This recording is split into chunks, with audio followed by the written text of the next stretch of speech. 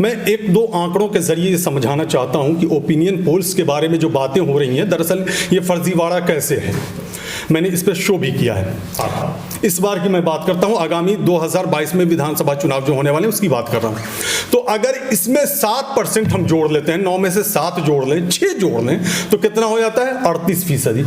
अब बताइए opinion poll सही कैसे हो सकता है? बहुजन समाज पार्टी सबसे पीछे कैसे है? ये बड़ा अहम सवाल है कि बहुजन समाज पार्टी कहीं है ही नहीं, ये कैसे हो सकता है, जरा बताइए।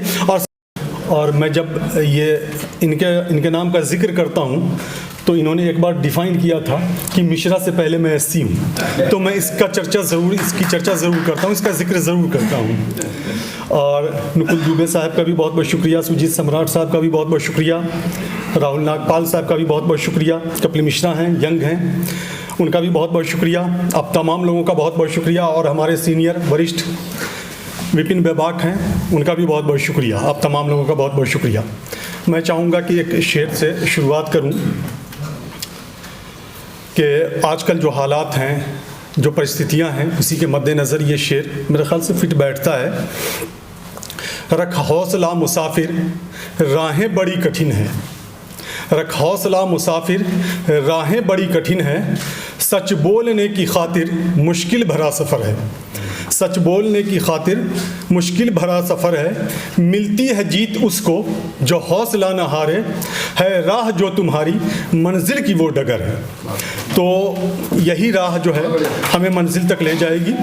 और इसी राह के माध्यम से मैंने ये शेर तब लिखा था राहुल जी, जब कई लोग निकाल दिए गए थे एबीपी न्यूज़ से, तब मैंने लिखा था। मैंने कई चैनल में काम किए हैं, मैंने प्राइम टाइम किया है, एंकर्स रहा हूँ, बहरहाल बहुत सारी चीज़ों को देखने का मौका मिला है मुझे। लेकिन अब हालात बिल्कुल डिफरेंट हैं, उलट हैं। आप सोच कुछ और रहे हैं, हो कुछ और रहा है, तो ये फ़र्क है। चूँकि हम लोगों को फील्ड में काम करना है, बहुजन समाज पार्टी के लिए काम करना है, बहुजन समाज पार्टी के लिए इसलिए काम करना है कि वो मेरा अपना काम होगा, हम लोगों का अपना काम होगा। उसकी वजह यह है कि जब हम लोग फील्ड में जाते हैं, लोगों से बात करते हैं, तो चाहे मायावती के विरोधी ही क्यों ना हो, इस बात को वो एक्सेप्ट करते हैं कि जो मायावती का शासनकाल था उसमें कानून व्यवस्था जो थी बहुत ही सही थी, मतलब बिल्कुल सुचारू रूप से तमाम चीज़ें चला करती थी, जो अब नहीं है। बिल्कुल निज़ाम दरहम बरहम हो गया है। तो इसलिए बहुत ज़रूरी है। आज मैं था हापुड़ में था, मैं जब ये प्रोग्राम चल रहा था वहाँ हापुड़ में, रामलीला मैदान में शायद मेरे ख्याल से, तो कुंवर दानिश अली जो सांसद हैं अमरोहा से, बहुजन समाज पार्टी के, उन्होंने एक बड़ी अच्छी बात कही थी, ओपिनियन मेकिंग पोल्स। उन्होंने ये बात कही थी। मैंने अभी एक शो किया है अपने इसमें चैनल पे, चूँकि मेरा भारतीय ब्रॉडकास्टिंग ग्रुप, उसमें कई सारे चैनल्स हैं, तो मैं द यूनियन देखता हूँ, ज़रूरत पड़ती है तो स्वराज टाइम्स पे भी मैं करता हूँ। और हमारे विपिन बेबाक तो खैर बहुत पहचान बना चुके हैं और पूरी तरह से मायावती के लिए या बहुजन समाज पार्टी के लिए समर्पित हैं ये, इसमें कहीं कोई दो राय नहीं। कपिल मिश्रा जी का भी कोई प्रोग्राम आता है तब भी वो काफ़ी एक्टिव नज़र आते हैं। मैं एक दो आंकड़ों के ज़रिए ये समझाना चाहता हूँ कि ओपिनियन पोल्स के बारे में जो बातें हो रही हैं, दरअसल ये फर्जीवाड़ा कैसे है। मैंने इस पर शो भी किया है। लगभग तमाम लोगों को पता होगा, हम लोग मीडिया से जुड़े हुए हैं, पॉलिटिशियंस भी यहाँ पे हैं। तकरीबन 22% दलित वोटर्स हैं यहाँ उत्तर प्रदेश में, 403 विधानसभा सीटें हैं, और तकरीबन 20% मुस्लिम वोटर्स हैं और 9 से 10% ब्राह्मण वोटर्स हैं। कुल मिलाकर के ये लगभग 50% हो जा रहा है, 50% क्रॉस कर जा रहा है। अब जब ओपिनियन पोल्स हमें दिखाया जाता है, या ये कह लें अगर तो ज़्यादा बेहतर होगा कि प्रोजेक्ट किया जाता है, तो उसमें ये बात कही जाती है कि भारतीय जनता पार्टी गठबंधन, उसमें कई सारी पार्टियां, छोटी छोटी पार्टियों को मिला रखा है उन्होंने, और ये जो है समाजवादी पार्टी गठबंधन, इन दोनों के बीच में मुकाबला है, बहुजन समाज पार्टी कहीं नहीं है। तो मैं समझा दूं इसको कि दरअसल है क्या मामला। अब अगर समाजवादी पार्टी गठबंधन की बात कर लें, देखिए तमाम राजनीतिक पार्टियों को ये हक है कि वो चुनावी मैदान में जाएं और सबको जीत की लालसा होती है, जीतना चाहते हैं। तो अगर समाजवादी पार्टी गठबंधन की बात की जाए तो उनका MY समीकरण रहा है। मैं भी मुस्लिम समाज से आता हूँ, मुझे बहुत ज़्यादा जानकारियाँ हैं इस बारे में। तो MY समीकरण में यादव समुदाय के लोग जो हैं वो तकरीबन हमारे ख्याल से 9% के आसपास है उत्तर प्रदेश में, शायद थोड़ा सा आगे पीछे होगा। 5%। अच्छा 5%, अच्छा चलिए ठीक है, सुधार किया आपने 12, अगर हम उसे 5% से 6% मान लें, और जिसमें एम यानी मुस्लिम 20% है, इसी के सहारे वो सत्ता में आते भी हैं, और अभी उन्होंने जयंत चौधरी के साथ गठबंधन भी किया है। कुल मिला के ये अगर मान भी लें बहुत ज़्यादा तो 30 से 32% के आसपास होता है। ये है। अब मुसलमान वोटर्स क्या सोचते हैं? पिछले 20, 25, 30 सालों में मुसलमान वोटर्स का जो रुझान रहा है 2 पार्टियों की तरफ रहा है। बिल्कुल खुल के मैं बात करना चाह रहा हूँ यहाँ पे, और समझाने के लिए ये बात करना ज़रूरी भी है।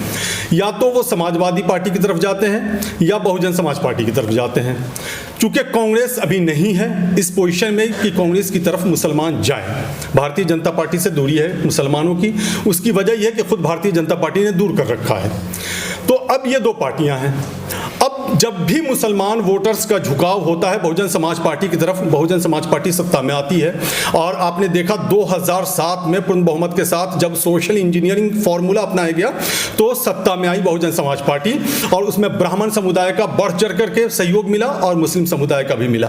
तो अगर इस 20% में अगर हम बहुत कम कर दें, हम 10% ही मान लें थोड़ी देर के लिए, 10% मुस्लिम वोटर्स अगर चले जाते हैं बहुजन समाज पार्टी की तरफ, तो कितना हो जाता है? 22, 10, 32 हो जाता है।